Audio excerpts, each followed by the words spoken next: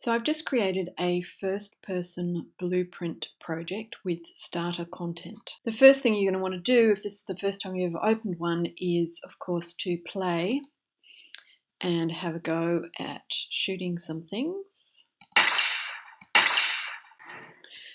But once you've done that, you might be wondering, what are all these interesting looking symbols within the level and what are all the different bits within the world outliner? So I'm just going to take you on a quick tour through those things. Okay, so looking in the world outliner, the first thing you have is a folder called Arena Geometry, and that has two folders within it.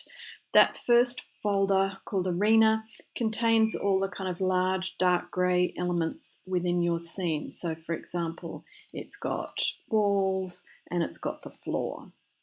And I'm just going to close that folder by clicking on this little arrow. The next folder has cubes in it, which are the white cubes around the space that you can shoot. And then the next folder has lighting in it. So this little symbol that you can see up here is this first element here called light source. And as it says in the world outliner here, it's a directional light. Now this is a light source that you use to mimic the way that sunlight might fall on an object. And this white arrow, the longer one that you can see pointing down here, what that dictates is the direction that the sunlight is coming from. And you can see that direction reflected in the shadow that is created by this cube.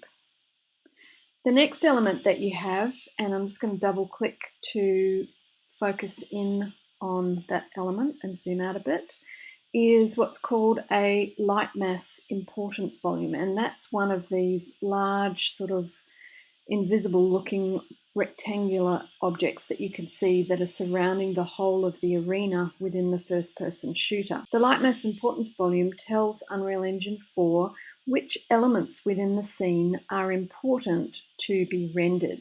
And if you don't have one of these, what can happen is your level can get really slow, because it means that Unreal Engine is trying its darndest to render perfectly everything within the scene, when really you don't care about the things way off in the distance. You only care about the things that might be close in to the level that you're creating. The next one of these invisible looking cubes that you have around the arena is called a post-process volume. And what this is doing is telling Unreal Engine where you want to generate post-process effects. If you look up at the sun, what you can see is one of those post-process effects, a lens flare happening on the sun. The next element that you have is a skylight, and again I'll just double click so we can get to see that. So that is positioned underneath that arena. What the skylight is doing is providing a little bit of ambient light that's creating a bit of detail in the shadows here that are being cast by the directional light source. The next folder that you have is called Render Effects, and that has two elements within it. You have atmospheric fog, which is creating a foggy effect around any bright atmospheric lights, and the icon for that atmospheric fog is this one here that looks like a pair of clouds with a blue arrow coming off it. Next you have a sphere reflection capture object, and this is an object that you would place in your scene if you happen to have any materials that have shiny surfaces on it.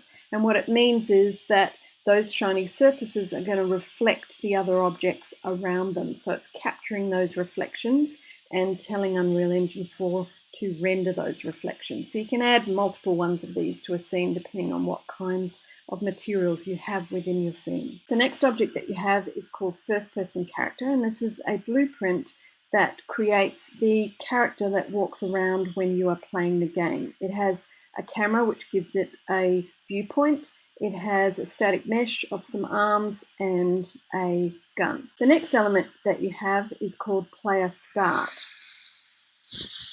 And this dictates where the character is going to start from when you first press play on your game. And the blue arrow here indicates in what direction that character is going to be looking when you first press play. Now you have something that's called the Sky Sphere Blueprint. And this blueprint is what creates this beautiful blue sky with the clouds floating in it. If you double click on that, you get taken way out and you can see that it's like a great big world surrounding everything. To get back into your scene, you just need to double click on Player Start and you'll go back into the arena where you were. And lastly, you have a text element that's just creating that text on the floor of the first person template.